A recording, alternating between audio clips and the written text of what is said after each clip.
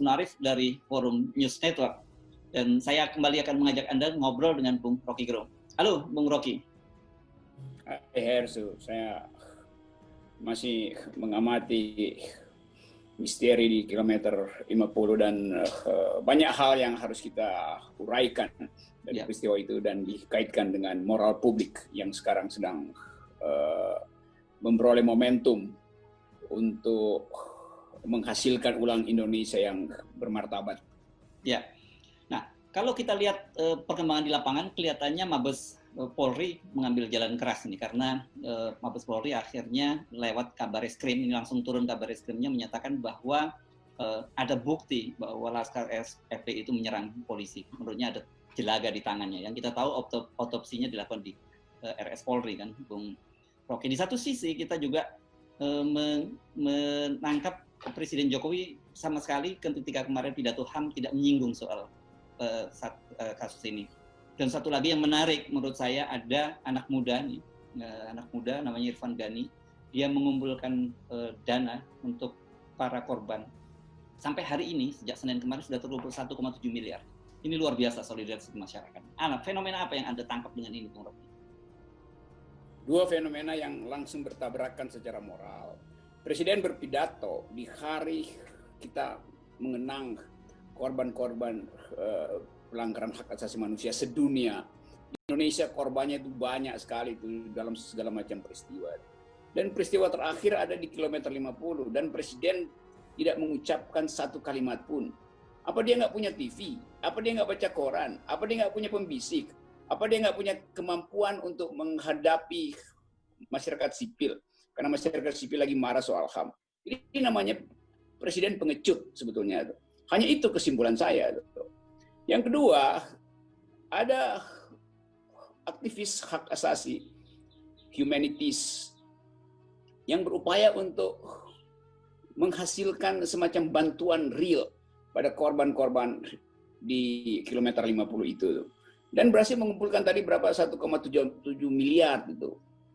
Nah itu artinya rakyat memang menginginkan ada keadilan itu yang belum bisa disodorkan negara. 1,7 miliar itu mungkin hanya perlu satu konglomerat untuk mengirimkan 1,7 miliar ke Solo dan ke Medan. Tapi itu bukan uang pemilu, ini uang simpati dari rakyat. Nah saya bayangkan itu, kalau 10.000 rupiah, 15.000 rupiah, di bawah 50.000, itu artinya ada puluhan ribu, ratusan ribu rakyat kecil yang menyumbang pada peristiwa misteri itu. Jadi ada moral publik yang berhasil dikumpulkan oleh seorang netizen untuk memperlihatkan pada negara bahwa Anda seharusnya berkaca bahwa rakyat marah dan karena itu rakyat meminta agar supaya peristiwa ini diusut. Jadi 1,7 miliar itu adalah tanda berkabung yang datang dari kesadaran moral publik. 1,7 miliar yang disodorkan oleh satu konglomerat untuk pemilu di Solo maupun Medan itu adalah tanda arogansi. Jadi kita lihat kontras itu dan kita percaya bahwa akal sehat publik akan terus menuntut agar supaya peristiwa ini betul-betul diuraikan sedetil-detilnya supaya kita tahu evilnya di mana si evil bersembunyi, kejahatan bersembunyi di mana. Karena sering dikatakan devil, setan itu selalu ada dalam detil. Nah detil ini yang sedang kita bongkar. Jadi saya menganggap bahwa upaya untuk membekuk Habib Rizik itu memang desain istana. Analisis saya begitu. Dan itu terlihat dari mereka yang berkumpul sejak kedatangan Habib Rizik itu dipantau WA-nya, teleponnya, segala macam itu.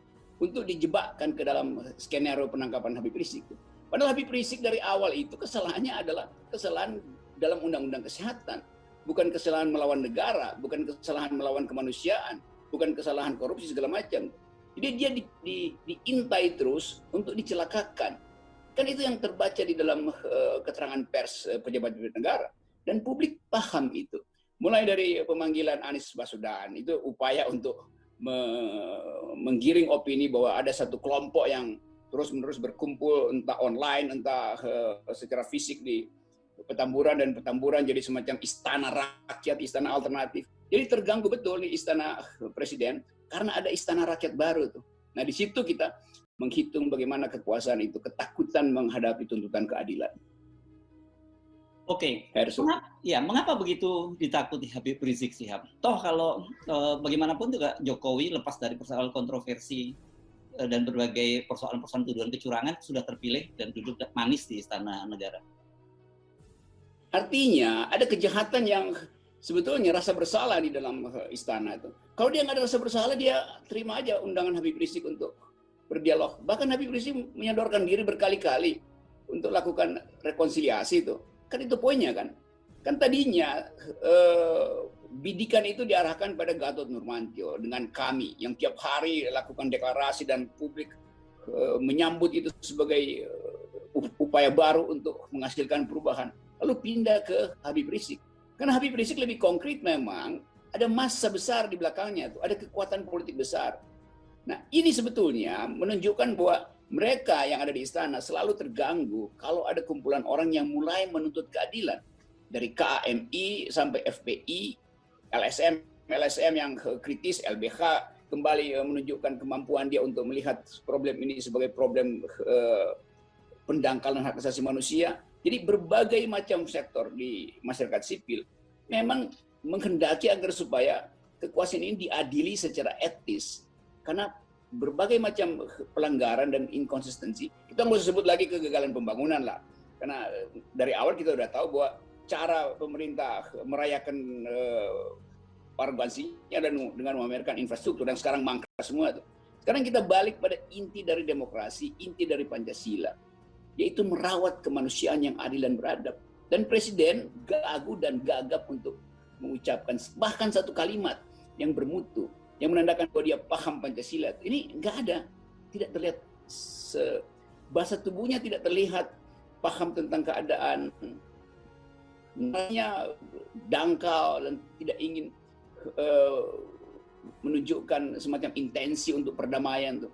Jadi konfrontasi akan berlangsung terus justru karena arogansi kekuasaan. Konfrontasi antara masyarakat sipil dan istana. Masyarakat sipil itu sekarang sedang diwakili oleh Habib Rizik, juga diwakili oleh KAMI. Sekarang dia diperluas, diwakili oleh emak-emak, diwakili oleh tukang ojek, diwakili oleh tukang warung, diwakili oleh pedagang keliling yang mengumpulkan uang Rp20.000 untuk menyumbang pada laskar-laskar FPI. Itu sinyal moral yang sangat kuat, yang tidak bisa diabaikan lagi. Ya, mengapa sepertinya pemerintah ini semakin lama semakin menjauh dari logika publik gitu. Dan dalam situasi seperti ini kan sebenarnya dalam situasi yang cukup berat, pandemi, ekonomi kita sulit, bagaimanapun juga solidarity di masyarakat itu harusnya dibangun oleh pemerintah. Tapi justru kesannya bukan itu yang terjadi.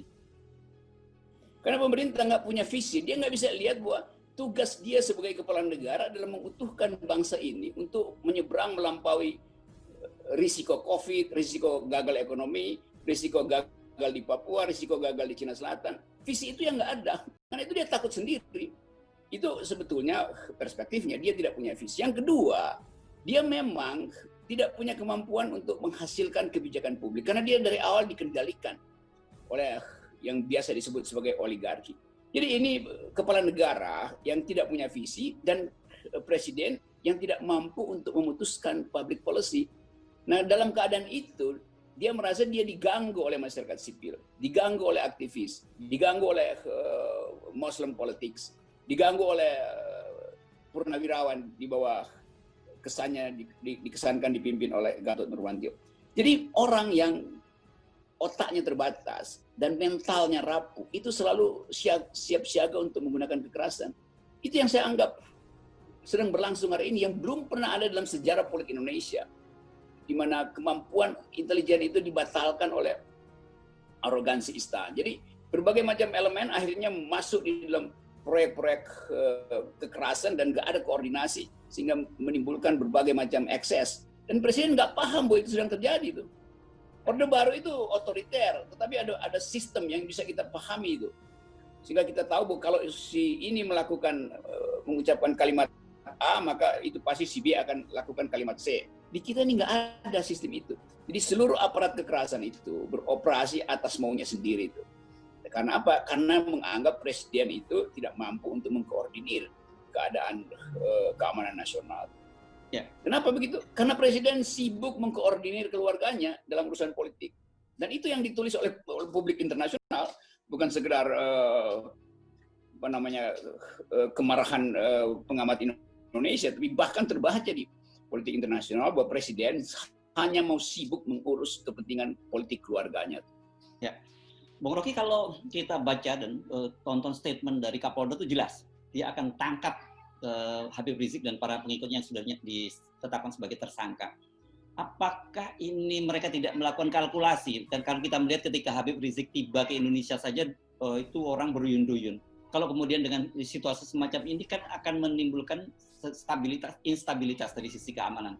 Dan cost-nya menurut saya bukan hanya politik, tapi biaya juga itu sangat besar sekali. Secara implisit itu perintah presiden. Karena presiden diam, maka aparat menganggap bahwa oke, kita lakukan penangkapan dengan cara kekerasan. Lain kalau presiden pernah mengucapkan sesuatu untuk menenangkan keadaan. Misalnya momentum di Hari Hak Asasi Manusia. Kan presiden diam kan? Padahal presiden tahu ada problem di mana kekerasan bisa digunakan lagi. Dan dia diam. Presiden diam artinya itu adalah izin untuk melakukan operasi kekerasan. Itu intinya. Saya bikin analisis dari keadaan itu. Karena nggak ada lagi keterangan di mana kita bisa percaya bahwa presiden bisa bertindak adil dalam soal-soal semacam ini. Dia bukan dia tutup mulut, dia tutup akalnya, atau bukan dia tutup akalnya, memang dia nggak ada akalnya untuk menyelesaikan soal ini. Jadi sebetulnya terlihat jelas bahwa kita dimasukkan masyarakat sipil, rakyat diumpankan ke dalam ya sebetulnya gorong-gorong kedunguan. Dan ini bahayanya itu. Kenapa? Karena di belakang peristiwa ini ada sentimen agama, ada sentimen ras, ada sentimen kelas. Semua variabel sosial itu dianalisis secara persis di pusat-pusat riset dunia, di tempat-tempat di mana LSM masih berupaya untuk menghasilkan peradaban baru. Dan presiden nggak tahu bahwa itu yang sedang terjadi. Nah, akibatnya aparat juga menganggap bahwa karena nggak ada keterangan resmi, maka kami akan lakukan penangkapan kekerasan, walaupun Habib Rizik lagi berduka itu. Jadi kekeluargaan kita, kemanusiaan kita itu terhalang oleh kedunguan istana tuh. Hanya itu keterangannya itu. Kalau istana pinter dia kasih sinyal paling nggak oke, ini ada masalah yang harusnya kita tuntaskan dan karena itu kami beri kesempatan masyarakat untuk mengamati lebih detail sambil mengucapkan bela sungkawa. Maka saya kepala negara ingin agar supaya ini diusut tuntas, tetapi karena ada duka cita di FPI, maka kami berprihatin dulu tuh. Kita bisa bersabar sama-sama. Itu kalimatnya mesti keluar dari kepala negara. Itu namanya kepala negara tuh. Bukan kepala keluarga yang lagi ngurus politik keluarganya. Bung Rocky, saya lihat ini ya, sepertinya pemerintah memilih politik jalan buntu gitu ya. Karena semua dihadapi dengan kekerasan kan. Indikator-indikatornya kan jelas soal akan ditangkap dan sebagainya dan kemudian presiden diam. Iya, memang jalan buntu itu datang dari otak yang buntu tuh.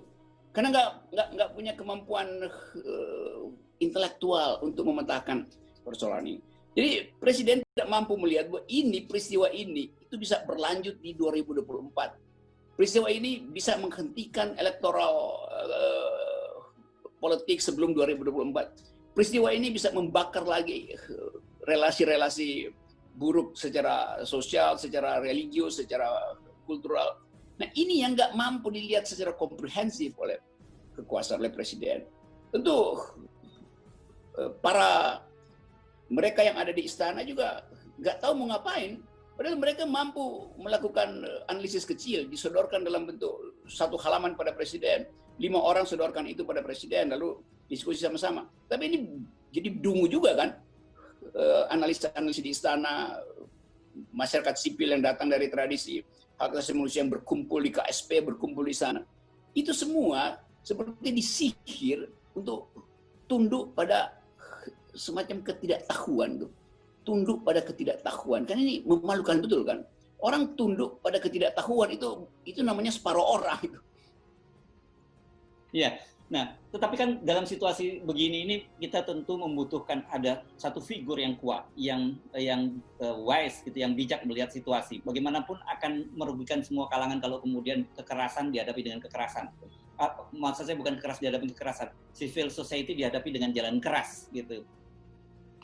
Iya, beberapa tokoh yang masih kita boleh kasih semacam acuan jempol misalnya secara moral karena berupaya untuk mencarikan jalan keluar. Ada M.H. Ainun Najib, ada Yusuf Kala, ada Susilo Bambang Yudhoyono, ada pemimpin Muhammadiyah segala macam yang secara detail tahu tentang arah dari keburukan ini dan berupaya untuk kasih sinyal pada presiden. Tapi nggak ada dipanggil presiden atau dibentuk semacam ya paguyuban penyelamat bangsa secara ad hoc misalnya itu. Jadi nggak ada inisiatif dari istana untuk berdamai dengan keadaan ini. Jadi istana akhirnya memilih betul tadi jalan keras yang adalah jalan buntu, yang adalah jalan dungu. Ya, tentu dalam situasi ini kita mendorong, tentu bukan hanya mendorong, mengingatkan juga pemerintah bahwa langkah-langkah keras begitu itu akan merugikan bukan hanya bangsa Indonesia tapi pemerintahan mereka sendiri. Itu yang perlu diingatkan. Ya itu maksimal yang bisa kita ingatkan itu.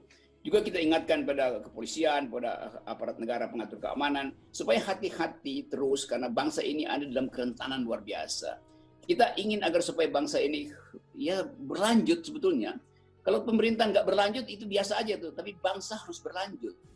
Jadi jangan sampai jebakan ini justru memporak-porandakan seluruh cita-cita reformasi tentang kemandirian ABRI, tentang profesionalitas Polri segala macam tuh. Jadi hal ini yang tidak dijahit istana sehingga yang terjadi sekarang adalah benang-benang kusut itu benang-benang politik terurai tanpa diobras dan itu yang membahayakan ingatan kita dalam upaya untuk merajut kembali bangsa ini di dalam keakraban dan dalam peradaban. Oke, Bung Rocky, mudah-mudahan saja semua pihak menyadari itu, terutama yang paling penting tentu saja pemerintah, karena sebenarnya mereka lah sebenarnya kendali itu di tangan mereka, bukan kita sebagai civil society.